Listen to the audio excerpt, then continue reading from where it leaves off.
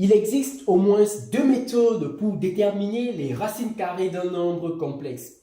Alors, dans cette vidéo, je vous propose d'utiliser la méthode algébrique pour déterminer les racines carrées du nombre complexe 3-4i.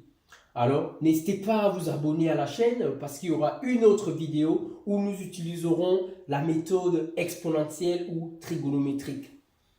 Ainsi dit, pour déterminer les racines carrées du nombre complexe 3-4i, cela revient à déterminer tous les nombres complexes z égale x plus i, y, tels que z au carré égale 3-4i. Ainsi, en écrivant z carré de cette façon, on va élever ce z bien évidemment au carré, puis on va faire une identification entre la partie réelle de z et la partie réelle de 3-4i et la partie imaginaire de z carré ainsi que la partie imaginaire de 3-4i. Donc on élève z au carré. Z au carré est égal à x plus i, y au carré. C'est l'identité remarquable a carré plus a plus b le tout au carré qui est égal à a carré, c'est-à-dire x carré, plus 2ab, 2i, x, y, et plus b carré, c'est-à-dire plus i, y au carré. Ce qui me donne tout simplement x carré moins y carré plus 2i, x, y. Ainsi, donc, on a dit que cette quantité, c'est égal à 3 moins 4i. On obtient donc par identification. Qu'est-ce qu'on obtient par identification? On obtient un petit système. On aura x carré moins y carré. X carré moins y carré, c'est égal à quoi? C'est tout simplement égal à la partie réelle de 3 moins 4i qui est égale ici à 3. Et d'autre part, la partie imaginaire de z carré, c'est 2xy. 2xy est égal ici à moins 4. C'est pas tout, on a besoin d'une information complémentaire pour pouvoir déterminer x et y et ainsi déterminer les racines carrées de 3 moins 4i. On va donc s'intéresser au module. On a le module de z carré est égal au module de 3 moins 4i.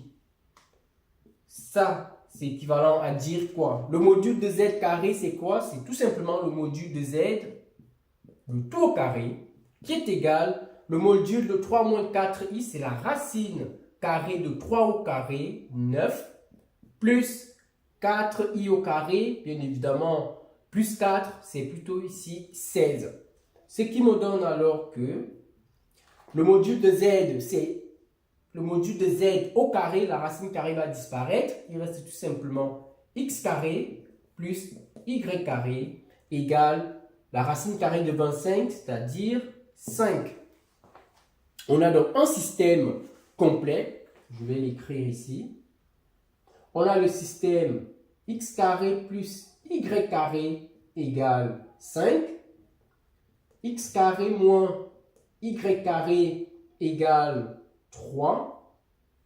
Et 2xy égale moins 4. Pour résoudre, on va simplement faire, si j'appelle cette équation 1, 2 et 3. Si on fait 1 plus 2, qu'est-ce que ça nous donne? 1 plus 2 me donne 1 plus 2 implique 2x carré égale 5 plus 3, 8. Donc, j'obtiens que x carré égale 4, c'est-à-dire x égale plus ou moins 2. J'ai la valeur de x. Maintenant, il va falloir déterminer la valeur de y. J'obtiens tout simplement que y carré est égal à 5 moins x carré. quelle que soit la valeur de x, x carré est la même. Donc ici, je trouve, ça implique donc y carré égale 1. Ça implique que y égale plus ou moins 1. Maintenant, comment déterminer les couples xy? On va se baser sur la troisième équation. Quelle est l'information très importante de la troisième équation? C'est que x et y, le produit x et y est négatif. Donc, on va choisir les couples x et y tels que leur produit soit négatif, ce qui signifie que x et y sont de signes contraires. Donc, si x vaut 2, alors y vaut moins 1. Si x vaut moins 2, alors y vaut 1. Donc, on a déterminé les couples xy tels que z carré vaut 3 moins 4i. Donc, d'où les racines carrées de 3 moins 4i sont 2 points. Z1 égale ici 2 moins i.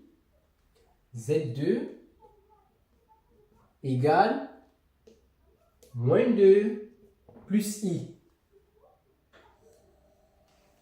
Voilà, on est arrivé au terme de cette vidéo. N'hésitez pas à me soutenir. J'ai besoin de votre soutien pour que la chaîne puisse avancer parce qu'elle stagne ces derniers temps.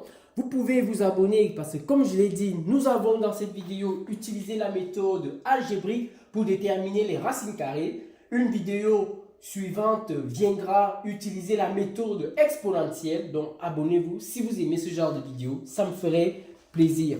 Merci.